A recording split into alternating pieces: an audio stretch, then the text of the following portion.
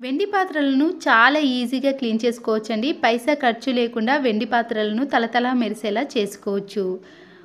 అయిపోయిన కోల్గేట్ కానీ, పేస్టులు కానీ ఉంటాయి కదండీ! వాటిని పడేయకుండా వీటిని ఇలా హాఫ్‌గా కట్ చేసుకొని పాడైపోయిన టూత్ బ్రష్ ఉంటుంది కదండీ! ఇలా కోల్గేట్ మొత్తాన్ని కూడా టూత్ బ్రష్‌కి తీసుకొని ఈ వెండి పాత్రలను క్లీన్ చేసుకున్నామనుకోండి చాలా ఈజీగా క్లీన్ అయిపోతాయి. మళ్ళీ ఎప్పటిలాగానే షైనింగ్‌లోకి వస్తాయి. ఇలా పేస్ట్‌తో రుద్దిన తర్వాత వీటిని కూల్ వాటర్‌తో క్లీన్ చేసుకోవాలి. చూశారు కదండీ! మళ్ళీ ఎప్పటిలాగానే వెండి పాత్రలు అనేవి చాలా బాగా ఉంటాయి. ఆ తర్వాత మీకు మరొక టిప్‌ని కూడా చూపియబోతున్నాను. మనము రోజు పెట్టుకునే గోల్డ్ కమ్మలు కానీ, గోల్డ్ జ్యువెలరీస్ ఉంటుంది కదండీ! వాటిని బ్రష్‌తో యూజ్ చేసామనుకోండి గోల్డ్ అనేది తరుగుతుంది. అలా తరగకుండా బంగారం అనేది ఎప్పటి మాదిరిగా షైనింగ్‌లోకి రావాలంటే మన ఇంట్లో యూజ్ చేసే సర్ఫ్ ఏదైనా సరేనండి. కొద్దిగా సర్ఫ్‌ను ఒక గిన్నెలోకి వేసుకున్నాక దీంట్లోకి కొన్ని వాటర్‌ని కూడా వేసుకోవాలి.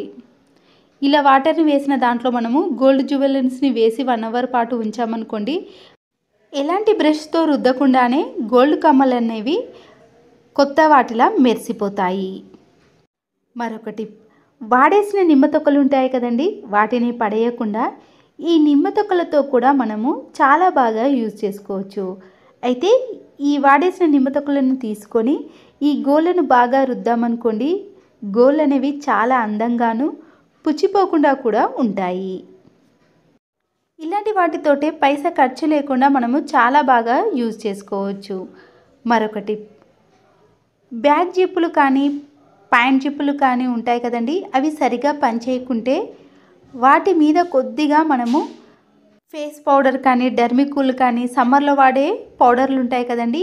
ఏ పౌడర్ అయినా మనము ఈ విధంగా జిప్పుల పైన చల్లామనుకోండి అప్పుడు చల్లిన తర్వాత ఒక్కసారి ప్రయత్నించి చూడండి. ఎలాంటి జిప్పులైనా చాలా ఈజీగా పనిచేస్తాయి. మరొక టిప్‌ని కూడా చూడండి. కర్పూర బిళ్ళలు ఉంటాయి కదండీ! ఆ కర్పూర బిళ్ళలను మనము బయట పెట్టేసామనుకోండి ఒక్కొక్కసారి అవి హరించుకుపోతాయి. ఇలా కర్పూరపు డబ్బాలో మనము బియ్యం గింజలు కానీ ఒకవేళ మీకు అవైలబుల్‌లో ఉంటే మిరియాలను కూడా వేశారనుకోండి హారతి కర్పూర బిళ్ళలు అనేవి హరించుకుపోకుండా ఎప్పటిలాగానే ఉంటాయి. ఆ తర్వాత వీటిని ఎన్ని రోజుల వరకైనా చాలా బాగా యూజ్ చేసుకోవచ్చు. మరొక టిప్, మనము పిల్లలు కానీ మన ఇంట్లో కానీ ఇలా బిస్కెట్ ప్యాకెట్స్‌ని ఇప్పేసి అలాగే గాలికి ఉంచారనుకోండి ఇవి ఒక్కొక్కసారి వాతావరణానికి మెత్తబడిపోతాయి. మళ్ళీ ఇవి ఎప్పటిలాగా కరకరలాడుతూ ఉండాలంటే ఇలా మెత్తబడిన బిస్కెట్లను ఫ్రిడ్జ్‌లో ఒక 1 అవర్ కానీ 2 అవర్స్ పాటు కానీ ఉంచామనుకోండి మళ్ళీ ఎప్పటి మాదిరిగానే ఈ బిస్కెట్లు అనేవి కరకరలాడుతూ ఉంటాయి. నా వీడియోని స్కిప్ చేయకుండా చూడండి. మీకు అందరికీ ఉపయోగపడే యూస్ఫుల్ చిట్కాలను చూపిస్తాను. మనము మినపప్పు నానబెట్టుకోవాలనుకోండి 4 నుంచి 6 అవర్స్ పాటు నానితేనే మనకి ఈ మినపప్పు అనేది రుబ్బుకోవడానికి చాలా బాగా పనిచేస్తుంది. కానీ ఎప్పుడైనా అతిథులు ఇంటికి వచ్చినప్పుడు మినపప్పును మనము వెంటనే యూజ్ చేసుకోవాలి అనుకున్నప్పుడు తొందరగా ఈ మినపప్పు అనేది రుబ్బుకోవడానికి పనిచేయాలంటే ఇలా నానబెట్టిన మినపప్పులో మనము ఇట్లా ఇనుపది ఏదైనా వేసామనుకోండి మినపప్పు అనేది 1.5 అవర్లోనే మనకి రుబ్బుకోవడానికి చాలా బాగా యూజ్ అవుతుంది. ఎక్కువ టైం లేనప్పుడు మీరు ఇలాగే చేసి చూడండి చాలా బాగా ఈ టిప్ మీకు యూజ్ అవుతుంది. మరొక టిప్, బాస్మతి రైస్‌ని మనము పండగలకి కానీ ఫంక్షన్స్‌లో కానీ మాత్రమే ఎక్కువగా యూజ్ చేస్తాము. రోజైతే యూజ్ చేయలేము. అలాంటప్పుడు ఈ బాస్మతి రైస్ అనేది మంచి వాసన కానీ పురుగు పట్టకుండా ఎక్కువ రోజులు నిల్వ ఉండాలంటే ఇలా బాస్మతి రైస్‌లో 2 నుంచి 3 కానీ ఈ బాస్మతి రైస్ క్వాంటిటీని బట్టి మనము ఈ బిర్యానీ ఆకులు వేసామనుకోండి బాస్మతి రైస్ అనేది ఎప్పుడు వాడినా కూడా మంచి ఫ్రెష్‌గా పురుగు పట్టకుండా ఎన్ని రోజులైనా చాలా బాగా నిల్వ చేసుకోవచ్చు. మరొక టిప్, ఇలాంటి ప్లాస్టర్లు ఉంటాయి కదండి, ఈ వైట్ ప్లాస్టర్ అయితే మనకి ఎక్కడ ఎండ్ అవుతుందో ఎక్కడ స్టార్ట్ అవుతుందో చెప్పలేమండి. ఎంత ట్రై చేసినా కూడా ఒక్కొక్కసారి ఈ వైట్ ప్లాస్టర్ అనేది ఎక్కడ స్టార్ట్ అవుతుందో తెలుసుకోలేము. అలాంటప్పుడు మనము ఇలాంటి వైట్ ప్లాస్టర్ని తీసుకొని ఏదైనా కలర్ దారం ఉంటుంది కదండి, ఆ కలర్ దారాన్ని ఈ వైట్ ప్లాస్టర్ స్టార్టింగ్లో మనం వేసామనుకోండి, మనకి ఏ టైంలో అయినా చాలా ఈజీగా ఈ ప్లాస్టర్ స్టార్టింగ్ అనేది కనబడుతుందండి. ఎప్పుడు కావాలంటే అప్పుడు మనము ఈ దారాన్ని తీసామనుకోండి, అప్పుడు ఈ వైట్ ప్లాస్టర్ అనేది వచ్చేస్తుంది. ఎక్కువగా వెతకాల్సిన అవసరము ఉండదు, టైం కూడా చాలా బాగా సేవ్ అవుతుంది. ఈ టిప్ కూడా అందరికీ యూస్ఫుల్ అవుతుందని నేను అనుకుంటున్నాను. మరొక టిప్ని కూడా చూసేయండి. మనము రోజు వాడే కత్తెరలు అనేవి యూజ్ చేసిన కొద్దీ వాటి షార్ప్నెస్ అనేది తగ్గిపోతుందండి. ఇలా సన్నుపును తీసుకొని ఈ కత్తెరని దాంట్లో బాగా కట్ చేసామనుకోండి, షార్ప్నెస్ అనేది మళ్ళీ ఎప్పటి మాదిరిగానే వస్తుంది. ఇక్కడ చూడండి, నేను వీడియోలో చూపించిన మాదిరిగా చేసి చూడండి. ఒక 5 మినిట్స్ చేయండి చాలు. అంతేనండి, మళ్ళీ ఎలాంటి వాటినైనా చాలా ఈజీగా కట్ చేసుకోవచ్చు. కత్తెరని కాకుండా నైఫ్ని కూడా ఒక 5 నిమిషాల పాటు సాల్ట్లో ఉంచి చూడండి, మళ్ళీ అవి కూడా పదునులోకి వస్తాయి. మరొక టిప్,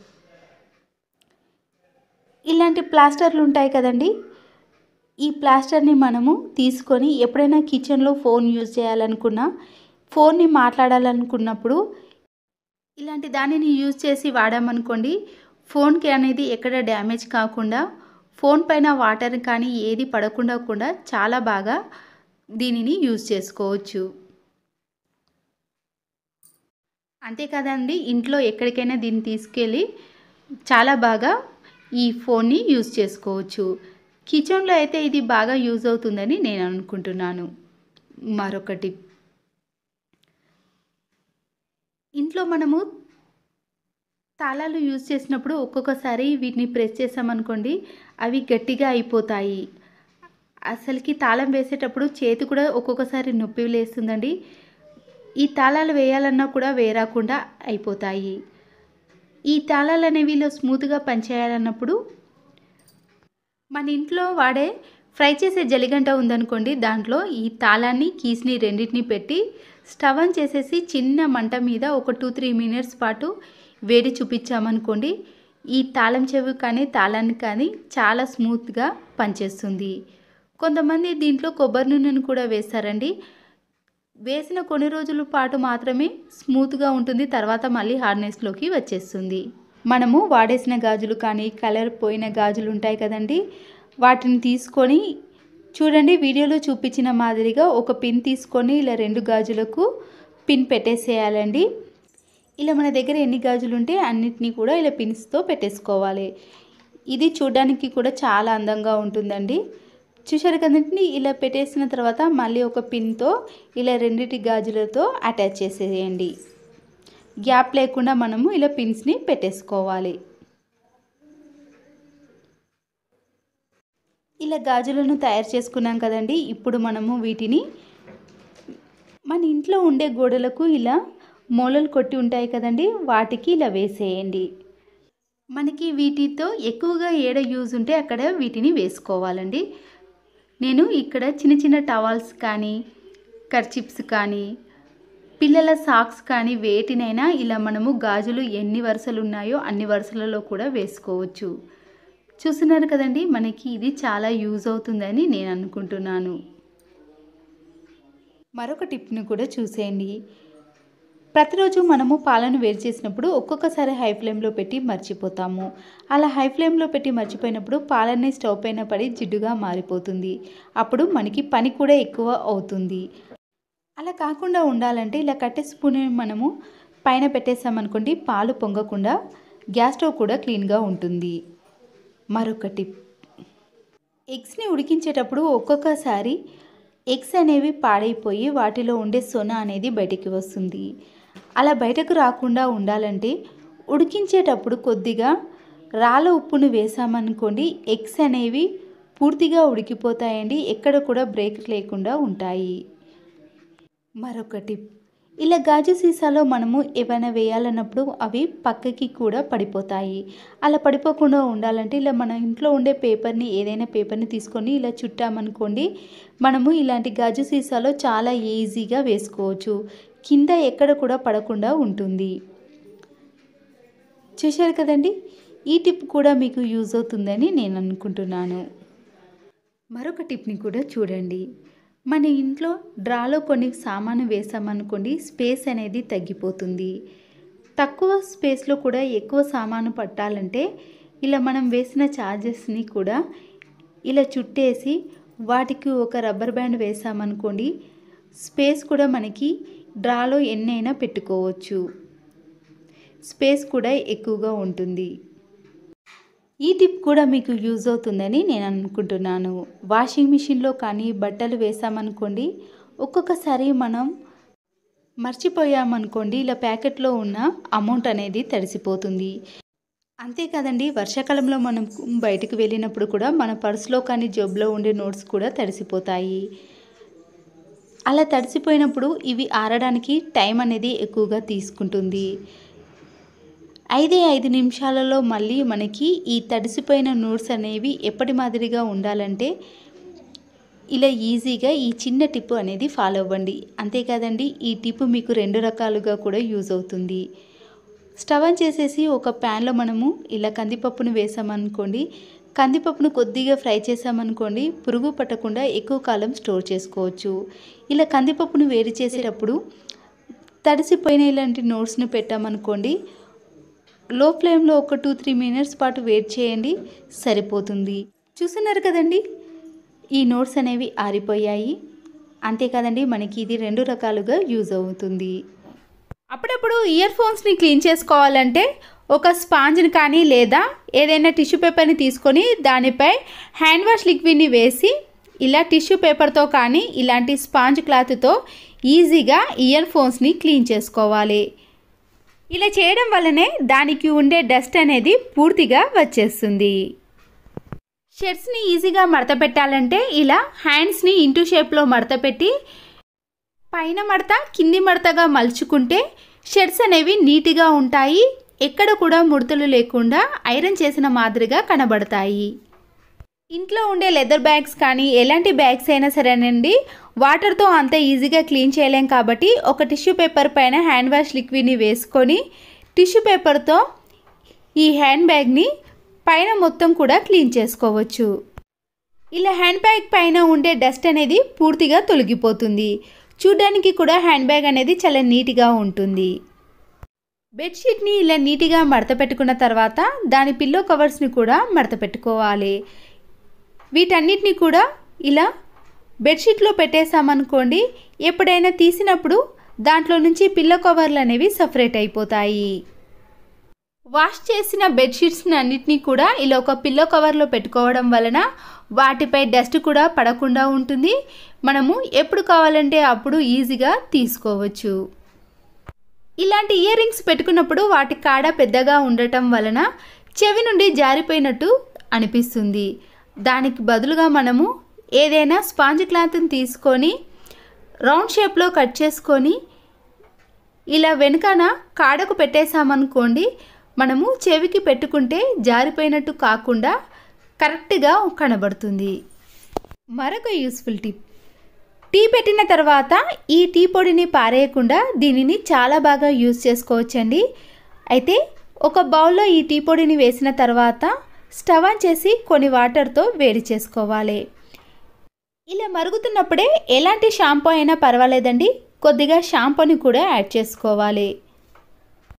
ఒకసారి బాగా మిక్స్ చేసుకున్నాక టీని బాగా మరిగించుకొని స్టవ్ను కూడా ఆఫ్ చేసుకోవాలి. ఒక బౌల్లోకి జాలి ద్వారా ఈ టీని వడబోసుకోవాలి. ఇలా సపరేట్ చేసుకున్న దానిని మనము బాత్రూమ్ డోర్స్ ఉంటాయి కదండి, ఇక్కడ సోప్ మరకలు కానీ వాటర్ మరకలు అనేవి పడి ఇలా జిడ్డుగా తయారైంది. ఇప్పుడు ఏదైనా క్లాత్ని కానీ ఏదైనా ఇలాంటి స్మూత్ బ్రష్ని తీసుకొని ఇలా ప్రిపేర్ చేసుకున్న దానితో ఇలా డోర్కి కొద్దిగా అప్లై చేసామనుకోండి, డోర్పై ఉండే ఎలాంటి మరకలైనా ఈజీగా తొలగిపోతాయి. టీ పొడితో మనము డోర్స్ని క్లీన్ చేసుకున్నామనుకోండి, డోర్స్ అనేవి మళ్ళీ ఎప్పటి దానిలా కొత్త దానిలా షైనింగ్లోకి వస్తాయి. ఇలా వాటర్తో క్లీన్ చేసుకొని చూడండి, ఒక్కసారికే ఈ డోర్స్ అనేవి మళ్ళీ ఎప్పటిలాగా నీట్గా కనబడతాయి. ఇంతకుముందు డోర్ పైన ఇలాంటి వాటర్ మరకలు అనేవి అస్సలకే కనిపించవండి.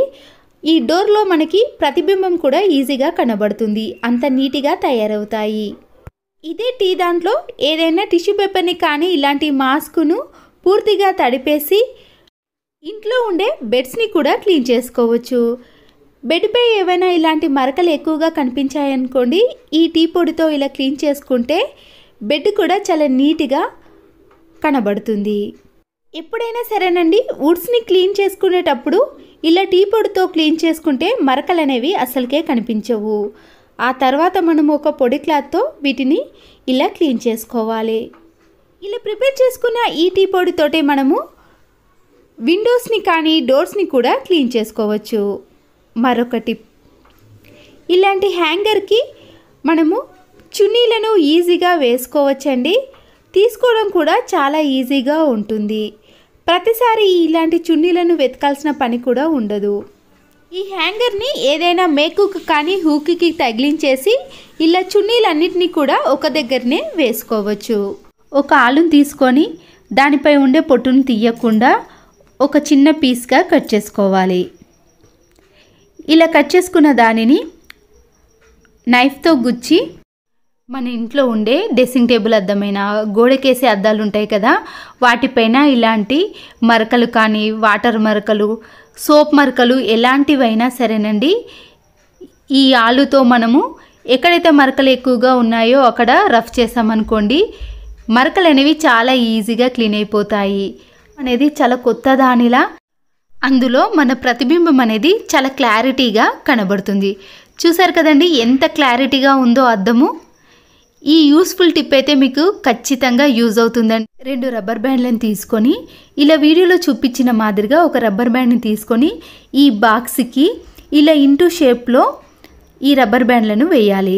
మరొక దానిని కూడా తీసుకొని అలాగే వేసాం కదా, కిచెన్లో ఉండే చిన్న సీజరు, చపాతీలు రాసే ఆయిల్ బ్రష్, చిన్న ప్లాస్టిక్ స్పూన్స్ ఉంటాయి కదండి, వాటన్నిటిని ఇలా ఒక్కొక్క కానాలో వేసామనుకోండి, మనం కిచెన్లో ఎప్పుడైనా పెట్టుకున్నామనుకోండి, చాలా ఈజీగా మనకి కిచెన్లో ఎప్పుడు యూజ్ అవుతే అప్పుడు వీటిని తీసుకోవడానికి చాలా వీలుగా ఉంటుంది.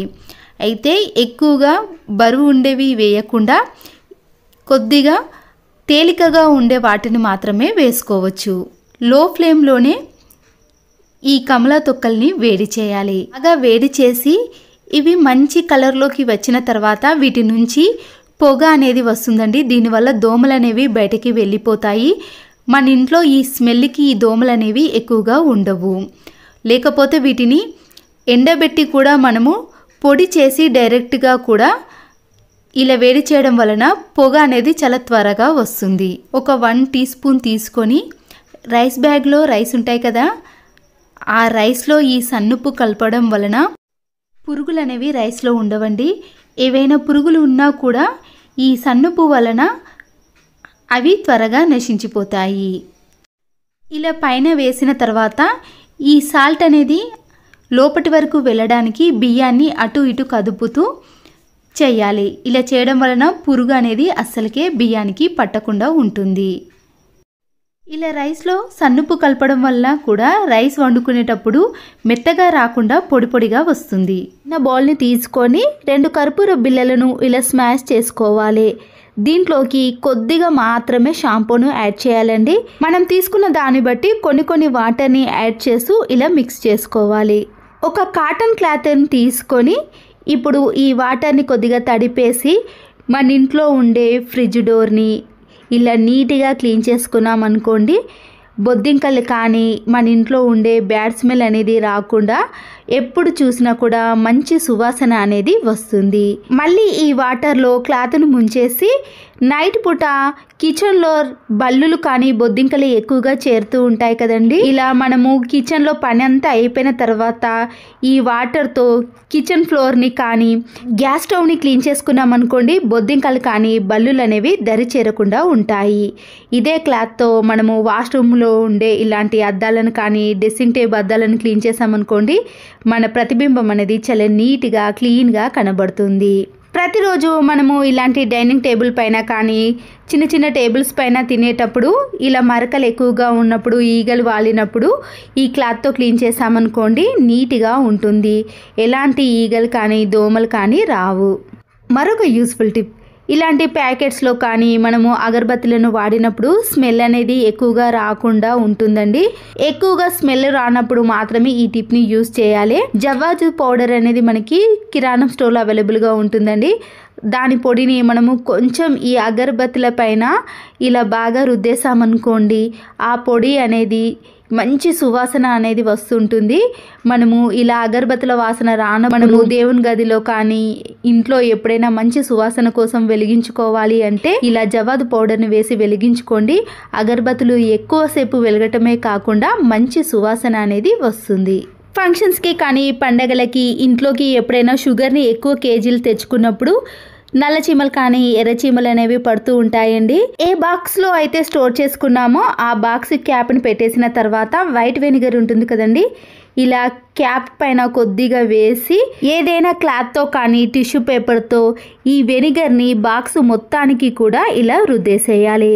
ఈ ఘాటైన స్మెల్కి చీమలే కాదండి బొద్దింకలు కూడా దరిచేరకుండా ఉంటాయి. ఫోన్ ఛార్జింగ్ వైర్లు ఉంటాయి కదండి, ఇలా మనము ప్రతిరోజు ఛార్జింగ్ వైర్ పెట్టడం వలన అక్కడ బెండ్ అయి వైర్ అనేది కట్ అయిపోతుంది. దానికి మనము ప్లాస్టర్ని కానీ ఇలా వైర్ని కానీ చుట్టడం లాంటివి జరుగుతాయి కదా. ఈ ఛార్జింగ్ వైర్ అనేది పాడవకుండా ఉండాలంటే పెన్ రిఫిల్లో కొన్నిటికి ఇలాంటి స్ప్రింగ్ వస్తుంది కదండి, ఆ స్ప్రింగ్ని తీసుకొని నైఫ్తో కానీ సీజర్తో కానీ పైన ఉన్న స్ప్రింగ్ని కొద్దిగా లూజ్గా చేయడం, అలాగే కింది భాగాన ఉన్న స్ప్రింగ్ని కూడా కొద్దిగా లూజ్ చేసి అప్పుడు మనము ఎక్కడైతే వైర్ బెండ్ అవుతుందో ఆ ప్లేస్లో ఈ స్ప్రింగ్ను చుట్టేసేయాలి. చూడండి, ఇక్కడ స్ప్రింగ్ వేయటం వలన వైర్ అనేది ఇక్కడ బెండ్ కాకుండా ఉంటుంది. ఈ ఛార్జర్తో మీకు ఫోన్ పెట్టి చూపిస్తాను చూడండి. మనము ఫోన్ని ఎలా పెట్టినా కూడా వైర్ అనేది బెండ్ కాకుండా చాలా రోజుల పాటు ఇలా ఒరిజినల్ ఛార్జర్ని మనము యూజ్ చేసుకోవచ్చు. వీడియో నచ్చితే తప్పకుండా లైక్ చేయండి. Thanks for watching.